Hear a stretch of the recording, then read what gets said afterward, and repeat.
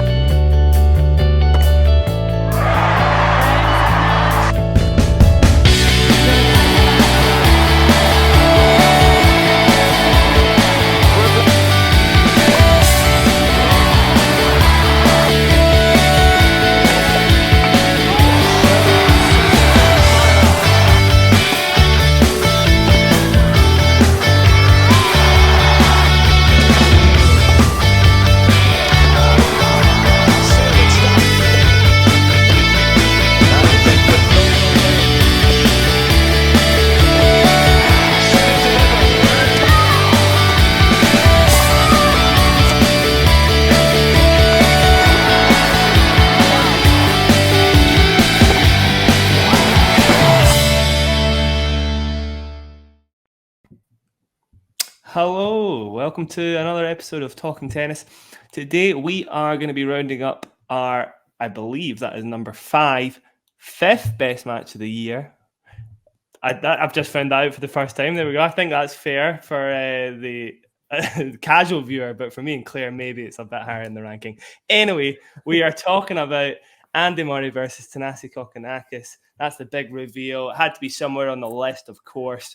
Happening all the way back at the Australian Open at the start of the year. So we'll give you a wee bit of a recap, talk about our feelings about it. Of course, me and Claire, fairly big Andy fans. You could have guessed from the attire.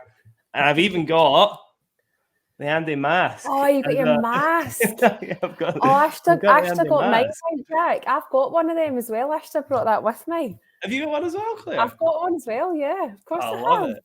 I'm not quite like Scott with actual cardboard cutout, but you know.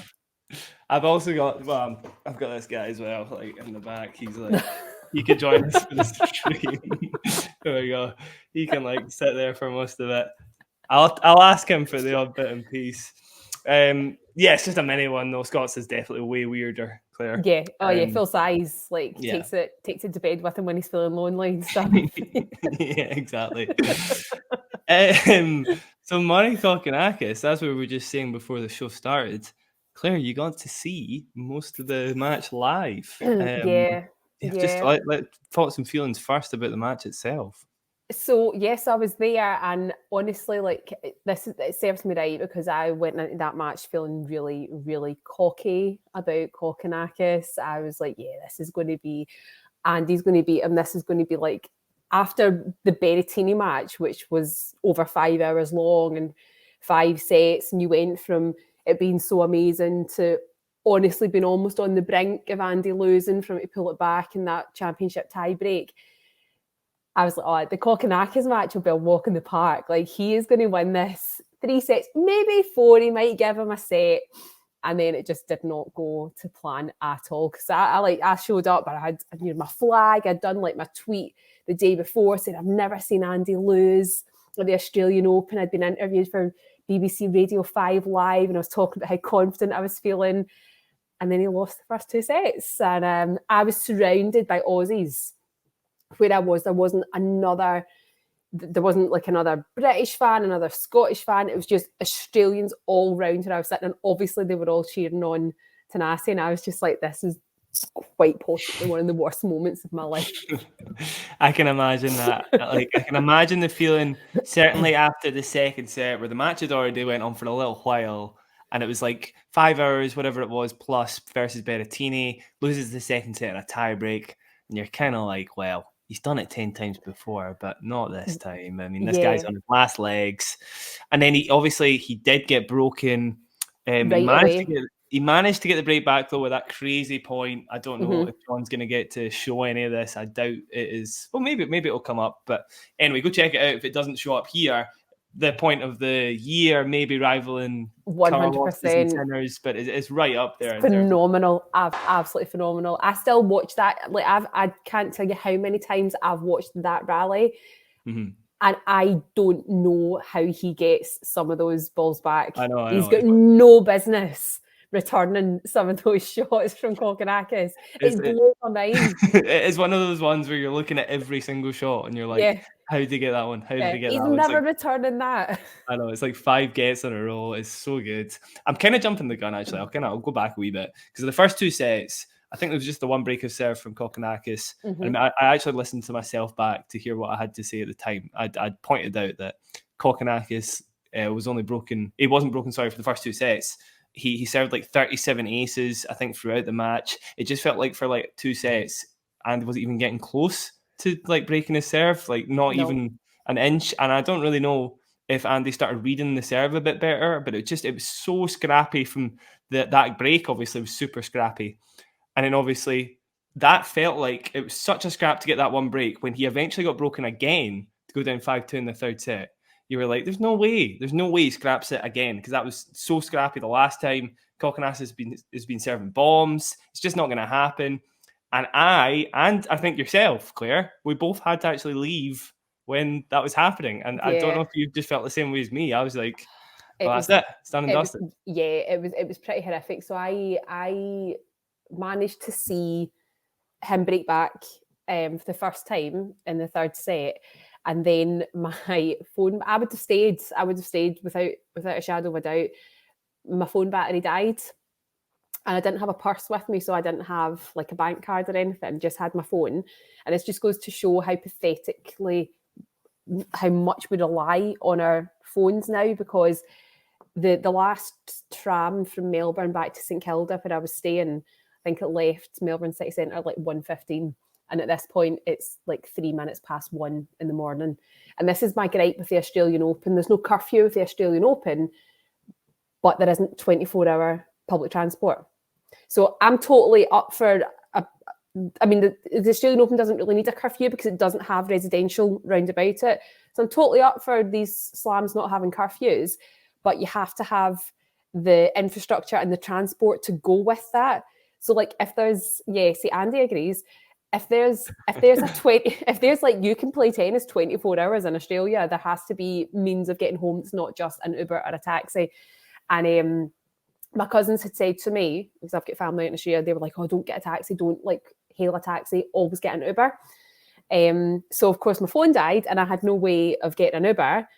All I had was like my city pass for jumping on the tram. So I was like, I'm going to need to make a decision here. Like there's no one round about me that I know that I could be like, oh, can I borrow a phone charger? Didn't know where to go to even find a phone charger. I knew a couple of people in the stadium, but I couldn't text them to say, can I come and find you so I can borrow your phone charger? So I got to a point where I was like, right, okay, I'm going to need to bite the gun here and just go, because at that point he still could have lost. Yeah, exactly. I know. So obviously, if it got to like 4:30 in the morning, you wouldn't be far off getting the first tram back. Yeah, exactly. Yeah. But this one, I was like, so this could go on. It could go on for another half an hour, 45 minutes max, and he could lose, and then I'm pretty much stranded, or I'm at the mercy of actually having to flag a taxi and not being able to text my husband to say, this is where I am and I'm on my way back. So I took the executive decision to go and get the last tram back to St Kilda. And I swear to God, Jack, I've never run so fast in all my life to try and get to that tram. Wasn't able to listen to that part of the third set as I was travelling back. Got back into my apartment just as they started the tie break, and I was like, no way they've got a tie break. No way. And then when I watched it back, it was even more unbelievable, because I saw that he had been broken again, and at one point we were at 5-2. 5-2 down, 5-2, 2 sets to love down, 5-2 down. Yeah. I don't think Kokkinakis had match point. He didn't. I don't think he ever had match point, did he? No. But at that point, you're like, how did he do that? How did he go back from that? I think it was 30-all, maybe 30-all. Yeah. So you're 2 points away from victory. I don't know for sure if Andy's done that before. Is Gasky maybe did it against Gasky? You know, he was down a break, or he was down 5-3. The other person was serving for the match. Down 2 sets to love. It's rare anyway. Obviously, he has done it 10 times, as I said, he's done it 10 times previous to this match, 2-0 down, comeback. But I don't think the other person served for the match. So it was a crazy, crazy comeback. Obviously, Andy, we don't like to say it, but he's a little older nowadays, and we did kind of doubt him. I had a few seeds of doubt in my head, and I didn't just ditch the match. By the way, I had to go work. I had to go coach. Well, that's the thing. It started. I'm trying to think what time it started in Australia. It was like it was 10:30 at night. Yeah. I think it started in Australia, so that was 9:30 in the morning in the UK or something like that, and it was like still going on when people were getting back from their work. I know. Yeah, so I was watching the score obviously, and I watched all this post, but I kind of saw him call back the third, and then he called back the fourth, and then the fifth. It didn't really look like Kokkinakis had went away, and obviously watching it back, he actually kept his level up. Like a lot of the time with these guys. Kokkinakis isn't younger, but maybe less experienced is the word. A lot of these guys will kind of fall away by the time it gets to that point. This guy's got you. You were 2-0 up. Your chance is gone. But Kokkinakis just kept hanging in there. He made it really difficult, and it obviously got to 5-5 before eventually Andy turns the tide, puts the nail in the coffin. It was just exhausting. It really was, yeah. And it was like 4:45 in the morning, I think, in Australia. Yeah. And I was just, you think by that point, I would have been like, I need to go and lie down.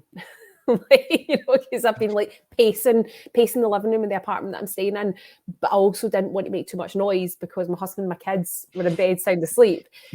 And I was like, I don't know what to do. I was so wired. I couldn't lie down. I certainly couldn't fall asleep. It was just absolutely phenomenal. I think it might be. I made a point to John while we were discussing like the kind of top 10 matches, and I was like, I would make an argument for Berrettini being, possibly switching up the Kokkinakis match for the Berrettini match for different reasons. Mm-hmm. But the more I've thought back on this one, and the more I think about just the absolutely wild reaction at the end, this one definitely edges it. Yeah. I'm going to touch on all of that. Like, I'm so keen to talk about how Andy responded to it, how all us fans responded to it, and how it sits in the rest of the year as well. And obviously it was 5 hours 45 minutes. By the way, it was the longest match of his career. Still is the longest match of his career to date. Andy, should I come up with this question now? I think I'll just ask this. No, we'll be Andy positive fully for sure. First. Okay. So I was going to say he made the Australian Open, and I don't know if that's an overstatement. I don't know if it really is, because I can't think of another match that even really comes close during that fortnight. Mm-hmm. And the energy was certainly lacking for the first kind of week or so. Andy made it with Berrettini, and then he just doubled it with the Kokkinakis match. He honestly just although he hasn't had the best season, is this enough? Are these memories enough? Are these kind of moments enough? I mean, no. No, not for me. Like, I do love being able to talk about it, and I felt like what happened in Australia was going to be the start of an amazing year, and it's obviously not really turned out that way. But it's not enough for me now. I'm greedy. I want a little bit more from him. And you're right though, like he did especially that first week of the Australian Open, like he really made that, and everyone thought he was going out in the first round, apart from me. I suspect you thought he was going to beat Berrettini as well. Yeah, no, I hadn't. But actually, did I though? I think I actually put Berrettini down in Tennis Live. But that was more of a if I put Berrettini down, Andy will win. Were you going head over heart type thing? Yeah. But I still I actually honestly did think deep down Andy has a very good chance and probably is the favourite. But I didn't want to click Andy when I was doing the prediction. You know what I mean? Like that's fair enough. Yeah, fair enough. You, I know, Claire, you've got Andy winning the Australian Open every year. And every single year, even when he's not playing. Exactly. You're just like, he's gonna be that guy. He'll be that guy. Like, it doesn't matter who's there. Rafa, Novak. Carlos back to back. Yeah. I'm like, oh, let Andy go on. I'll take a punt on him. Why not? Yeah. he's never let me down yet. I think I've got to agree with you. It's probably not enough. I think we do want more. It's not about this is a nice little asterisk, and it's probably exactly the same for him. It's a nice little, he can do this sort of stuff. He can go hours and hours and hours, but he needs to win these bigger matches. He's just getting so frustrated with himself, and obviously, was that the last match he played? That was probably the icing on the cake of bad performances. Was it? Did he play one after? I didn't even want to say the name out loud. Batista Agut in the third round. No, sorry, I'm confusing you, Claire. I basically mean, has Andy played a match since De Minaur at the end of this season? Sorry. Oh man. He's not. What I mean is that's the kind of taste that's left in your mouth by the end of the season, and these kind of memories are fewer and far between, and they're nice, but they're not. They don't define Andy's season for sure. I swear to God, if I never have to see that lineup again of Andy Murray versus Alex De Minaur, it'll be too soon. Like, if he draws, I think he's playing in Brisbane. I think De Minaur's playing Brisbane. The only thing I think could be more wild about Brisbane, I'm getting a little bit off piste here, is if he ends up drawing Rafa in the first round. Yeah, I've heard a few people mention that. I don't think that would be too bad. Genuinely. I think he could beat him. I think he could beat Rafa. At the moment, I think he could beat Rafa. You're right. We are getting a lot of peace. And actually, I did get quite Andy negative. Let's get Andy positive. I want to talk a little bit about what happened after the match. And there was this amazing comment by the commentator as well. I don't normally pick out commentary lines, but I really loved this one. The commentator said, he's officially superhuman as soon as the match ended. That one sticks with me. I love it. And what Andy talked about with Fitzy, the on-court interviewer, they were talking about the fact, how did he win the match? Andy said, I did start playing better as the match went on. I don't know how I managed to get through it though. And they said, yeah, I have a big heart. That line sticks with me as well. I love that. Yeah, the follow-up sticks to me. You have big everything, I think. Andy says, I'm not sure my wife would agree. That's fine. Yeah, it's a very Andy comment.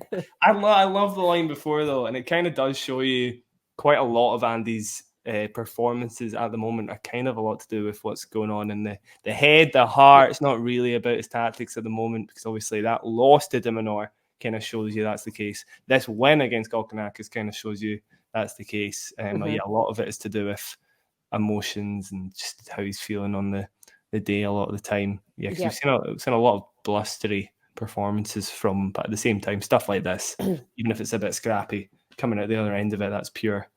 Definitely. And I think the fact that it was at the start of the year as well, so he's obviously, and I think this is where you're right, Jack, about like the kind of the mentality of it and the emotional side of things.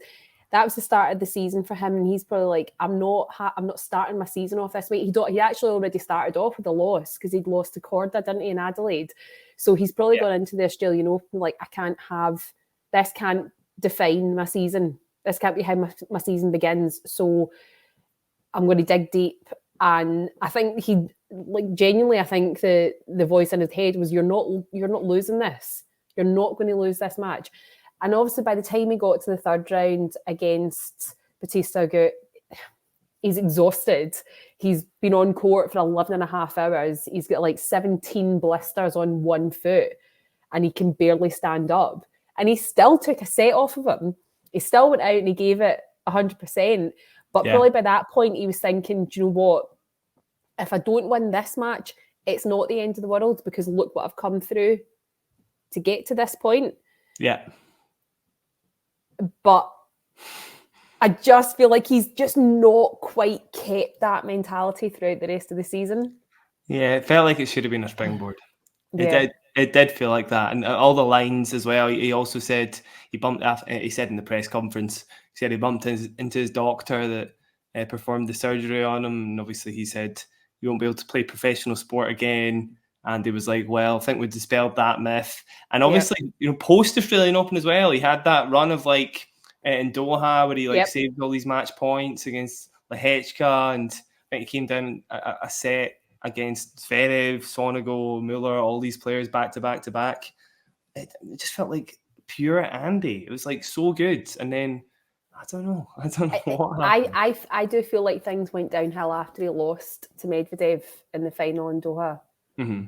I don't know if that knocked his confidence, like if he felt he'd gotten that far, and he would have really wanted to win that match. It was quite a good performance as well, but yeah, but he would have been desperate to win that, just because, well, you know what he's like. He's salty and he's a bad loser and he's competitive, and just to have that another title, I think would have set him up nicely.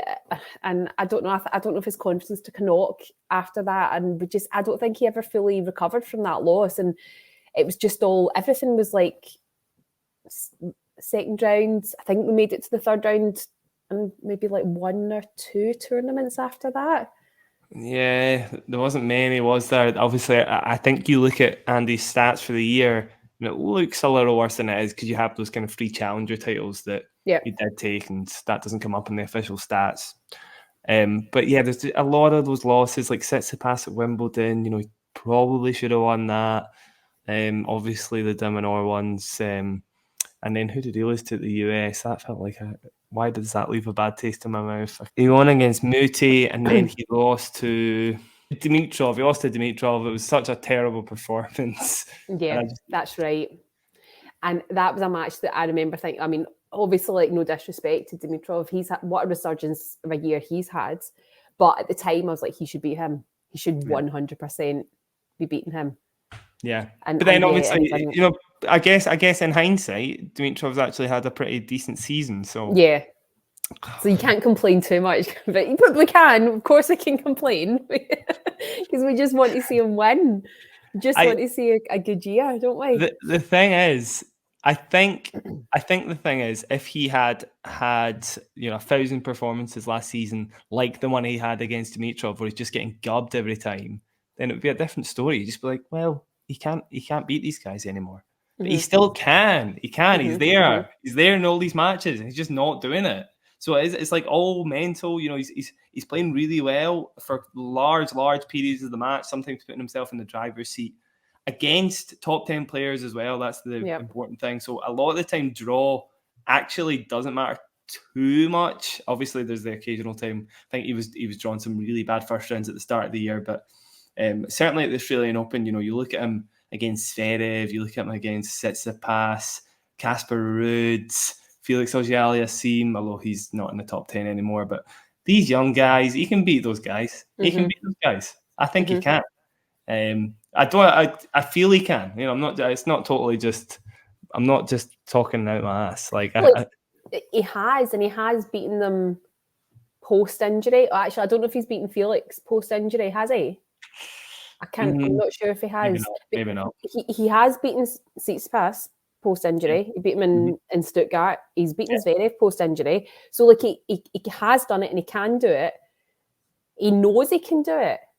So I don't know. I don't know what the block is right now, and I just really hope that it's gone by Christmas, so that we get a good start, and a good start that continues into a good year in 2024. Yeah. I think what I guess putting that all into just an overarching point is that this match just serves as a nice reminder that he does have this fight still in him. He can't. I mean, that was only the start of the year. There was maybe a few things went wrong, but it was only the start of the year. In terms of physicality, I think a lot of people doubt him, but you look at why he's losing these matches. It's not physicality. No. It actually isn't. You know, and this match proves that he's not fallen off a cliff since the start of the year in terms of his physical conditioning or anything like that. You know, he played 2 5.5-hour matches back to back and won both of them. So. And the thing as well, if anyone is doubting his physicality, and that's the reason why he's not winning, you have to go back and watch that particular point that Jack and I were talking about at the start of this, in the third set when Murray was down 2-love against Kokkinakis. You have to go back and watch break point there, and no one will question his physicality. Yeah. after watching that. Yeah, exactly. And as it felt like there's loads of those points though throughout the year. I don't know, Claire. At the same time, I'm like, I every time I get really high on Andy, my point, Claire, is I want to bring myself straight down. So I'm just like, temper your expectations. Like how likely is this going to be our last question? How likely is he to actually do well at the Australian Open? Do you know what? Right. Okay. So doing well for me next year at the Australian Open will be if he makes it to the second week. Yeah, second week of a slam. It's been Yeah. long overdue. Hasn't happened since his injury. Since 2017 was the last time that we saw Andy Murray in the second week of a slam, and that horrifies me because I'm actually getting to a point now, because I'm old and I'm losing my memory, that I'm starting to forget what it feels like to have Andy in the second round of a slam. I know what you mean. Like to have him like there in contention. Yeah. Possibility of him winning. Last 16. Yeah. I need to see that. He used to get to the last 16 all the time for the uninitiated. I mean, it was like 2011 to 2016. I mean, he must have made like 24 quarterfinals in a row or something like that. Yeah. Something along those lines. That sounds like a lot, but something along those lines. It doesn't sound far off it. And I don't know, maybe when you've been a fan of Andy for as long as we have, did we start to take that for granted? Did we just assume, of course he did? Absolutely. It's like if you're a Djokovic fan just now, like you'd be like, oh, obviously he's going to make it to at least semi-finals. So two sets dropped to Laszlo Djere in the fourth round. Who cares? Like he's obviously winning that match. It's like every time. You just take it for granted that they're going to get to a certain point. And for Andy, I was always like, well, he's always going to make it to at least the quarterfinals, but probably the semis. With Australia, for years, I'm like, well, he's going to make it to the final, because he makes it to the final like every single year for like 5 years. Mm-hmm. Is he going to win it? Oh, maybe one of these days. Maybe not feeling that way anymore. But yeah, now I would just really like to see him make it to the second week. Second week of a slam, I think I'd certainly do it. I think, Claire, you believe you can still do it in your heart of hearts, right? Yeah. I think that's the note to end on. A big positive. Quite a fun summary there, Claire. I really enjoyed that, just going back over that. Hopefully we're not clinging to that one for the rest of the next year. Oh God, please no. He's going to give us some amazing more memories next year, and he's going to take home another title that's not a challenger. And I don't care. I don't care if it's a 250, a 500. It won't be a Masters or a Slam. I don't care what it is. It won't be a challenger. It will be on the main tour. He's going to take something home with him. Please, God, just give me that. That's my Christmas wish. That is my Christmas wish. Love the confidence. Right, Andy? You going to win one? Yeah, he knows. He knows. Look at that smile on his face. He knows. I know. He's got a cheeky grin on, exactly. He knows. Right, Claire, thank you very much for joining me on Talking Tennis. Really enjoyed that. It was good fun. Maybe we'll be on again soon. We'll see. Fingers crossed. Hopefully we'll be on chatting about his victories next time. Yeah, fingers crossed. Victories. Thanks, Jack. It's nice to see you. You too, Claire. Hopefully see you soon. Bye. Bye. Heather, do you want to come watch TV? That would be really cool. Thank you. Huh? I can't hear anything. What? What? Stuff a toy bear. Let's go. Language violation. It's a shame I took it that far. Excuse me, where did you buy all these tennis balls? Big W, next to the tennis rackets, okay? Yep. You're just gorgeous. I'm a sexy man. Hot and crispy. And you got nice hair. Miss at the back of the room. Don't talk to my boyfriend. And don't talk to me. Go home. What? Come on, Peter! You snazzy! Snazzy! Strange little giant. Hey, what do you think of Maroon 5? I really like them. When I turned around, he stole a beverage from me. It wasn't me. Can we stop the game? Thank you for shopping at Big W. We have a lost baby at the front desk. I'm not a baby. Wanna go out with me? No, I have a boyfriend.